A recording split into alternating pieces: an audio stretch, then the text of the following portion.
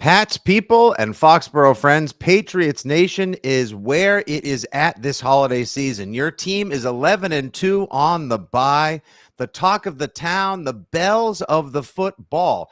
And oh, by the way, this week we happened to learn that the greatest coach in the history of the franchise and your owner, one of the most dynamic personalities in the last half century of the NFL, were both named finalists for the Pro Football Hall of Fame. So who better to talk to about all of that and so much more swirling around the wide world of Patriots Nation than the three-time Super Bowl champion, a favorite of Bill Belichick, and current Sunday Night Football analyst, the one and only D-Mac. Devin McCourty joins us on a very special 6 Rings and Football Things. Now, just in case you're watching this live or consuming a clip on the socials, D-Mac is the guy who's humble bragging by sitting in front of 3 Lombardis that he won during his day. And I'm in my fan cave, which has a Darth Vader poster and some Patriots paraphernalia behind me. D-Mac, what's up? Great to see you, big guy. Man, appreciate it. This was all my wife's idea. She was like, you can't win and not put them up. So she was like, we'll set up your office. And then anytime you do any type of video stuff, it's right there. So it's been a nice little slight flex whenever I do stuff, especially with former players. Slight flex. I mean, the way you know guys who probably have just won a Super Bowl and never let anyone forget it. They wear the ring, they're at card shows, whatever else, and you got 3 of them behind you right there, which is it looks very mighty. You know what I'm saying? It's a because everything that involves 3 has a fancy word: trio, triad, triumvirate. There's strength and of course the rule of 3, which some people say works in comedy. I wouldn't know anything about that. All right, so I wanted to get first things first. I wanted to talk to you about Robert Kraft and Bill Belichick finding out this week that they were finalists for the Pro Football Hall of Fame. So in case anyone doesn't know, there are 5 finalists outside of the players that can be led into Canton this coming August. Robert Kraft is the lone special contributor, and Bill Belichick is the lone coaching candidate. And then there are the 3 former senior committee players in Elsie Greenwood of the Steelers, Roger Craig, who would have been on my fantasy team if I had a fantasy team in the 80s, legendary running back for the 49ers, and Kenny Anderson, the first quarterback to take the Bengals to the Super Bowl. Up to 3 of those people can be included in this special vote for the Hall of Fame. What did you think about hearing that Mr. Kraft and Coach Belichick were finally made finalists for the Hall of Fame, and how great do you think their chances are to be first ballot?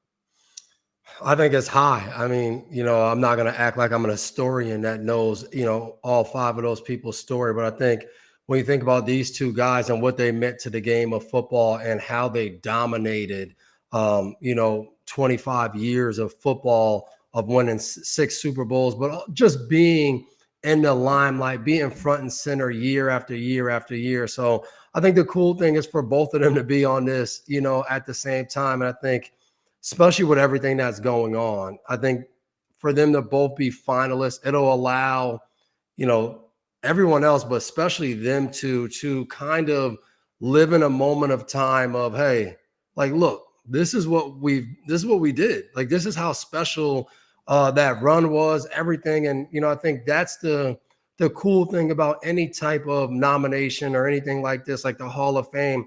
It's a time where people who do great things and they keep worrying about what's next. You think about Kraft, as awesome and special as that run was, only thing he's thinking about right now is how does he get the Patriots back in the Super Bowl and to win another Super Bowl. Coach Belichick, you have that great run. You could easily be sitting on a beach somewhere all year. He's thinking about, all right, 2026, how do I get North Carolina where I want it to be? So I think it'll allow both of these guys to just say, hey, let's think about how this thing first started, their first meeting, walking back, either Bill walking up to Robert's office or Robert coming down to his office and just going through all of the things and trying to put a vision together. And then they'll look and be like, we put a vision together and we far exceeded that vision. And I think that's special. So for them to possibly going in together and, probably at this time between them 2 is like a force to be doing things together. But I think it could turn out and be special. I know for people like me and all the other people who got to just be involved in certain moments in time, you love both of them. You feel like the reason we were able to do so much it's because of both of these two individuals. So to be able to be in Canton and celebrate with them, I think that would be awesome. Yeah, I know you were there for it, and we all thought Tom Brady night at the stadium back in June of 2024 was very cathartic for a lot of fans, a lot of players.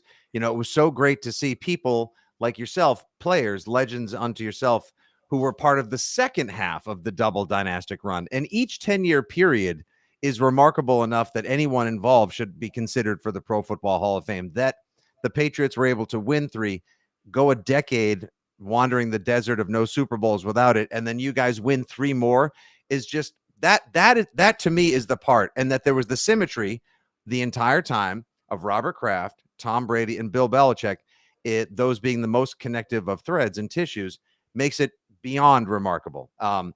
And so June 2024 was so great. Tom's back. The statue comes later. The fact that it looks like an Olympic protest more than Tom Brady doing LFG is a little weird. That's for another podcast, Dev. But like, that was a great night. And, Brady was back and Bill got the ovation he deserved. And it was so great to see all of you guys from the early years and the later years showcasing what the Foxborough family was all about.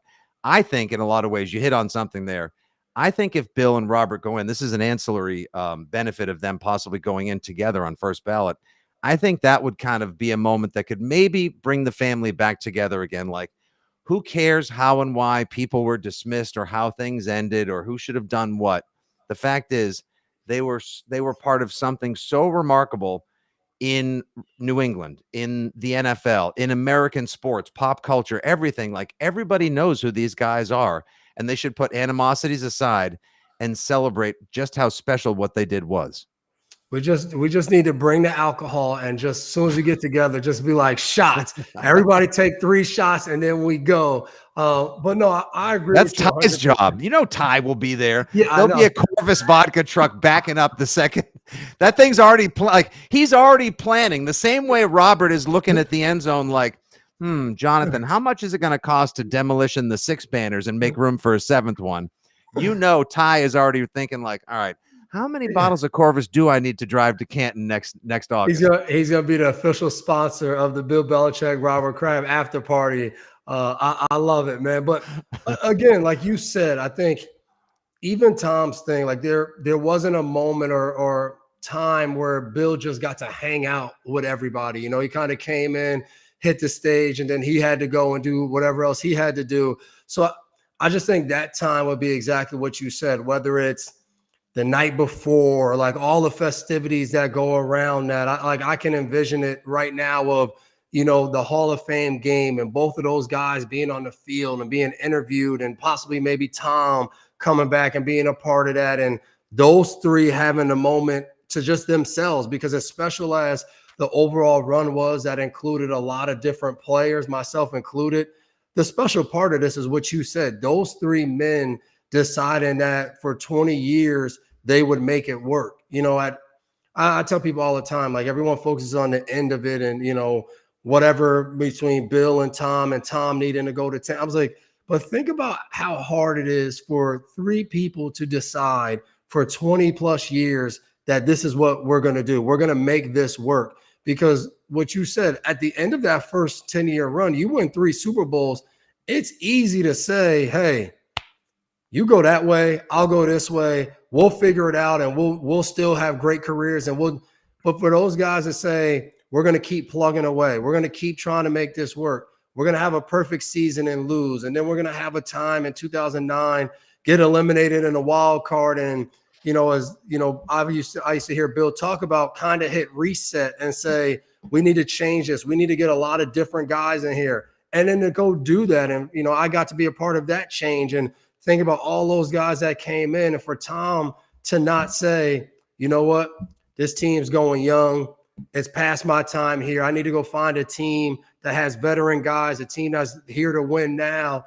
But for him to say, no, like, I'll take on this task. I'll take on a young Rob Gronkowski, a Julian Edelman. I'll go out there and play with, Hightower, McCourty, and all these other guys that are young players, and I'll believe in it and make it work. Like, I think that is so special that they need to have that. They need to have not just one, but a bunch of different moments to celebrate that. And hopefully it's together. It's everyone together doing that, talking about it, because that's what we don't hear. We hear so many different individuals that were a part of that, both dynasties, you know, Mm-hmm. the early 2000s, the 2010s.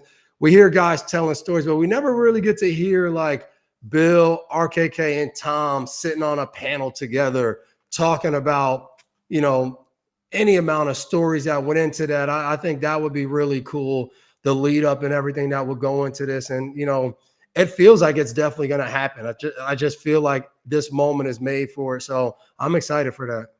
Yeah, we don't want it to be an Apple Plus docu-series. We don't need Yeah. a special. I don't need any social media or a podcast about it. I just want to see the three people that were the most responsible, the three architects of that incredible run. You know, I know Brady won't be enshrined then. That'll come later on. We'll get He's to do it busy. again once he Yeah, goes in, we'll right? do it again. We'll do it again, and I'll just break out into tears spontaneously, remembering how great it was the whole time. And in the interim, Tom will call football games, clone dogs, and sell us air fryers. Which, hey, he's Brady. Come on, I know he's the legend. We have fun. He's in everything. It literally, if I turn my television on and Tom Brady's not on, I like hit the remote. Like, what's wrong with he's you? He's the NFL Shaq. He is in a lot of ways. He is the NFL Shaq, and you know, probably moves as quickly as Shaq does these days as well. So you mentioned though the thing about I've been thinking about this. Just a quick contemporary thought.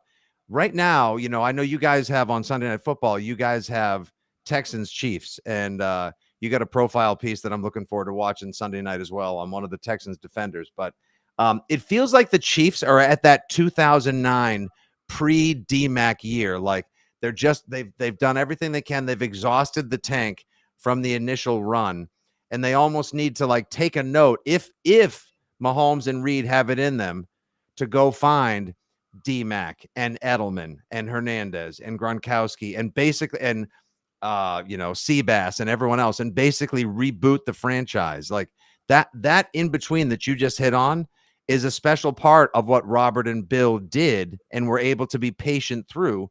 That again, in addition to everything else that makes them Hall of Fame worthy, is another one of those boxes that people forget that they checked off during that time. And I wonder if the Chiefs can do it now too. Yeah, that was my thing, you know, call it a year ago or 2 years ago when talking about the Chiefs. It was, how can they maneuver when Mahomes can still play at a high level, but the rest of those guys can't? It's the unique nature of playing the quarterback position that you will outplay some of those guys that were the guys like Travis Kelce, Chris Jones, Tyreek Hill, like all the different people that were a part of that fantastic dynasty that you got to put together. They don't all get to play at that same level year after year. And that's the test. How do you change that? How do you create the same type of thing? We thought like Xavier Worthy would be Tyreek Hill. He's not that, but he's still a piece. Rashee Rice is a piece of that. Like now you have those guys, and they've done a little bit of that. When you look at Josh Simmons, the left tackle that they went and brought in, that's a guy that's a piece now. You still have Creed Humphrey in there. So now I think their next wave is going to be, how do we find the next defenders that come in and they change all of this around on defense and they make us, you know, a dominant defense with the offense, because nothing will speak higher volumes if they don't make the playoffs, or if they go and they get a first round exit out of the playoffs of this just isn't good enough. We have to make massive changes. But the hardest thing is, and I didn't have to live through that, is when you're not getting the result you're used to getting year after year. So for the Chiefs, it's been all Super Bowls. Like it's being in the Super Bowl, it's being in the AFC Championship game. If you don't reach that, how easy, or I should say, how willing are all parties to come back and sit at the table and say, let's try this, let's do that, let's do. Andy Reid's an older guy. He talked about, you know, not coaching forever. So they have so many different variables in there. And again, not to say that this season's over for them. You know, it's not. They have Patrick Mahomes. That's why a lot of us in media are sitting here saying, well, they're not out of it yet. They're 6-6, and we keep saying they're not out of it. And the main reason is because of number 15. If there was any other quarterback there, we probably would be saying this team's done. But it makes our job a lot easier and more fun, because this game Sunday night is going to be, you know, possibly the game that we look back to and say, hey, that's when the season was over. That's when we kind of knew they were done in the playoffs. Or we say beating the Houston Texans is what kind of got them going to get in. And then we might not even be talking about if they can do it because they might be right back in the dance. So I will say this, doing media and playing for the Patriots for so long, everyone I see is like, oh, I know you hate the Chiefs. I know you hate what they're doing. And I'm like, no, it's actually pretty cool to be someone that was a part of something so special and great. And now to watch another team chase that and be close at it and do different things. I was like, I enjoyed it. And I was like, it kind of keeps me employed, getting to compare and talk about all the things. So it's been fun to watch them do that, and we'll see how it all ends. Yeah, what you guys accomplished in those two different periods, let alone in the overarch of the 20 years, is special unto itself. And people always feel the need to compare it or like say, oh, yeah, you must hate them or you don't want them. Let them do their thing. That's fine. What you guys did was so special unto itself. Just let it be. Run your race. Don't worry about. But that's everyone always needing to anoint the next something special or what else. And it's good to have people like yourself in the media to actually say like, no, there's no animosity here. It's more like don't hate, celebrate, for God's sakes. Exactly. Just last question on Kraft and Belichick before I slip in one about the 2025 Pats. Can you think of any reason why, now that they've come this far after Robert Kraft has campaigned and done everything he can to hopefully get the attention of the Hall of Fame to recognize all of his contributions in Foxborough and to the league at large, and Belichick's worth and his incredible resume and LinkedIn page and history, 8 Super Bowls that he's got, 2 as a coordinator, 6 as a coach. Can you think of any reason why either of them wouldn't make it on the first ballot? Because they need 40 out of 50 votes from the 50 Hall of Fame voters. I mean, I can't see it. I mean, I always think back to what everyone talks about. Like if you're a fan of another team, it's all of the Deflategate stuff. It's all of the Spygate stuff. That's what everyone will always kind of try to, attach themselves to of why this shouldn't be. But for me, it's an easy decision. Like what these guys were able to accomplish year after year after year after year, it's special in its own right. So to me, I would definitely I don't know if you can find, 50 people to put in a room and say, hey, this is the resume, this is the upper room. Who makes it? Like if you take, 50 random people who don't know anything about football and you say, hey, look, this is how football is measured. This is what's important. This is what a championship is. And you put those two guys' resume right in front of them, 40 people definitely are going to say, yeah, like those guys are in there. So I'm looking forward to the excitement. I believe in speaking it to existence. So I believe it. We'll see both these guys in Canton. And, for me, I visited there before, but now doing the NBC stuff and getting to be, at that game, the Hall of Fame game, and walk around the Hall of Fame and see the bust and be on the field when, you're around those guys. Like my first time ever doing it, Darrelle Revis goes in, and having the opportunity to play with Reeve in New England and sitting there talking to him and interviewing him for a night like that is just so special. So, I'm definitely looking forward to watching those guys and see them go into the Hall of Fame because they deserve it. Yeah, with all due respect to the other 3 players, because once again, 3 out of 5 can go. They're great players, Hall of Fame worthy players, but Belichick and Kraft are they're integral to the history of the league. They are undeniable. They're literally legends and pillars of the first quarter of the century of the NFL as well. So I'm with you, and I can't imagine that there'd be enough people that would say, oh, Spygate this, Deflategate that would say like that's worthy of let the resumes speak. And if anything else, now that you're in the media and you can look back to, people like myself or other people that are in more legitimate media, like also thanks for the content, guys. Yeah. It's been are you kidding me? All the different t-shirts people sold and the car conversations and everything. Like, if anything, Kraft and Belichick should just take to the podium together, hopefully when they go in first ballot, and be like, oh, and by the way, all the scandalous talking points, you're welcome. You're welcome. Yeah. We gave all those talk shows an hour worth of back and forth on one topic. Yeah. Stephen A., you guys didn't have squat without us. So yeah, we should be in here alone just for that. Obviously, what's going on right now in New England is remarkable. Vrabel has him at 11-2. Drake May is almost first in everything. And the second-year quarterback, who's barely started, I think, 24 games in the NFL, DMAC, is now the front runner for MVP in the league. Just tell me, how surprised are you that the Patriots are this far ahead of schedule and doing this well? And what do you think they need to do when they come off the bye to stay focused, stay on track, and maybe lock in that seed, number one, get that bye, and maybe even make a deep playoff run? Yeah, I am a little surprised that it's the number one seed. I had said before the season, I thought they were good enough to be a playoff team. I thought possibly getting in the wild card. I thought they would finish second in the division behind the Buffalo Bills. So I'm not surprised that they're a good football team. I am definitely surprised that they are the number one seed. And then on top of that, they're 11-2.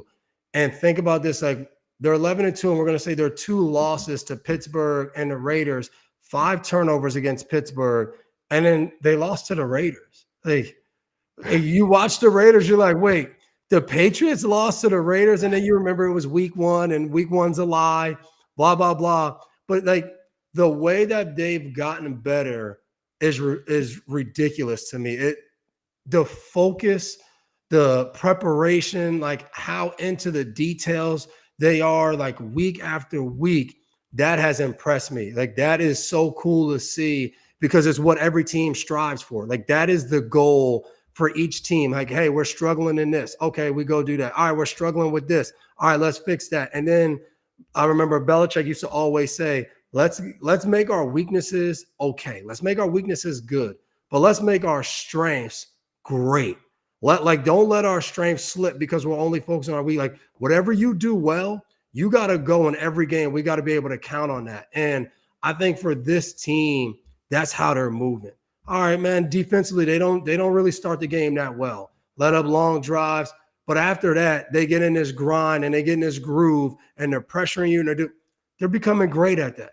They're becoming great on special teams, taking advantage of those different things. Offensively, it's all about spreading the ball around. They're becoming great at that week in, week out. We're like, yep, we can count on that. We see it. So for me, how do they finish this? Continue to do what they're doing. Like I watched the Cincinnati game and I was nervous for the team going into Monday night. I was like, the Cincinnati game, a little bit of a drop off, not at the same level it felt like, and injuries. Now, all of a sudden, this is the first time as you walk out of a game, man, Will Campbell's out, Jarrett Wilson's out. Dang, like how we overcome that? Oh, man, we had lost Milton Williams. Now Kyrus Tonga. Man, those are 2 big guys in our interior that's been a big part of how we played. And then you come out Monday night and listen, the Giants are not a good football team. Not a good football team when it comes to being consistent. But they're a team that when they get it rolling, you turn on the Detroit Lions film, they're rolling. They're doing different things. Then they get their quarterback back, Jackson Dart. So I thought there would be an energy, and it was. I was talking to some of the Giants players and staff, on the field Monday night, and like one guy was like, "I'm ready to go. Like I feel like we're gonna beat the hell out of them today." Like there was no, like they were ready to go. And they were not like, "Oh no, we're playing the Patriots. Exactly. We have to bow down to their greatness." Yeah, exactly. And I think the history of it, right? Every time those 2 teams play, all of the history comes back. It's all over TV the whole week. So I thought that mentality and how they came out, and that to me was a coach who's a former player who's in there telling these guys, hey, it's a Monday night game. We got the bye week. Let's let it all rip. Let it all out. Don't hold anything back in your preparation and how you play, how you take care of your body. Let's go all out, and then we're going to get a break. And I think Vrabel's going to talk about this the whole time. We get this break, and then I remember Coach Belichick used to say it to us, put everything in a draw. When we come back after this bye week, any problems, anything that are not immediate things you need to fix with your family, put it away. Business, media, like whatever it is, tell everybody, hey, I got 4 weeks left in the season, and then I want to go, and then my plan is to go win 3 games, and then I'll do anything you need. And I just think about for this team, how special that moment is that we're now talking about that kind of conversation that I know Vrabel's been in, I've been in, so many of the former players have been in, they're now in that. And I think what's unique about this team is as young as they are in some key positions throughout that roster, there's a Hunter Henry, there's a Stephon Diggs, there's a Morgan Moses, there's a Robert Spillane. There's different guys. There's a Milton Williams that's young, but from last year, he just made that run. There's different guys that are in roles, Carlton Davis, that they've been a part of some of those runs that they know, hey, young fella, trust me. If we do this the right way, whatever deal you're about to sign, you'll make easily over $100,000 coming off of a Super Bowl win. Like that's easy. And I think they have that kind of presence to blend in with those younger guys of how to get it done. So it should be fun. I think the hard thing for them now is going forward, they're in the driver's seat. Every game is the biggest game of the year for the team they're playing. For when you play Buffalo and Baltimore speaks for itself. That you're going to get up. That when you play the New York Jets again, when you play the Miami Dolphins again, their seasons could be over. Jet season will be over, basically. Miami's, the Jet season is over before September, but that's fine. Those two teams, how they go into their offseason will strictly be about if they can beat the Patriots at the end of the year. Like that will be the key. And you remember what that was like too. Yeah, I'm with you 1,000%, but it's great to hear a former player's perspective who was challenged on the regular with a lot of wins, taking a bye week, and how you put it all in the drawer. And I'm sure those are Vrabel's his own coach, but he'll borrow from the greats if he needs to as he puts together his portfolio and continues his excellent ascension towards being one of the best coaches. I think coach of the year this year, if I had a vote in the NFL. I hope not. Them coach of the years have been bad luck for these coaches, man. All right, I'm sorry. Sean McVay, you are the coach of the year. Oh, Vrabel, I'm so sorry. You're like probably like the best runner-up in the history. I mean, you really deserved it, coach, but can we offer you this bright, shiny Lombardi instead? Right, exactly. Yeah. I mean, the man did once say on a podcast he would, do something to himself to win a Lombardi as a coach. We don't need to get into any of those details, but yeah, man, like, you know what it's like to have every game that someone is playing be their Super Bowl. And so the Patriots are now going to have to get back on schedule, and they have to be prepared for Buffalo to want to get payback, for Baltimore to try to win the North, and for the Jets and the Dolphins to say, hey, maybe our program isn't so bad because we played spoiler and kept the Patriots out of the top seed. So, and we'll see where it goes. Folks, he's not one of the best young broadcasters and analysts in the business for nothing. And, of course, you love the fact that he flexes in every social broadcast he does with not one, not two, but 3 Lombardis behind him right there. Give him a follow also on the socials to get his analysis and watch him bust his brother's chops on occasion at Devin McCourty. D-Mac, it's always a pleasure. You were the first guy I thought of wanting to get the perspective on both coach and owner, maybe going to the Hall of Fame and hearing about these Patriots. So keep up the awesome work. Look forward to you doing your thing on Sunday night before a huge game with the Texans and the Chiefs. And thanks for always representing for the nation. Definitely, man. Can't wait to see you add another poster in the background. Maybe the 2025 team could get a poster on that famous wall right there, man. Are you kidding me? I do the Drake May interviews every Monday on WEEI. That's the closest thing I have to a flex. And I asked my 12-year-old son, Thomas, wonder who I named him after. Well, it was better. Brady was too obvious, but Thomas was subtle enough.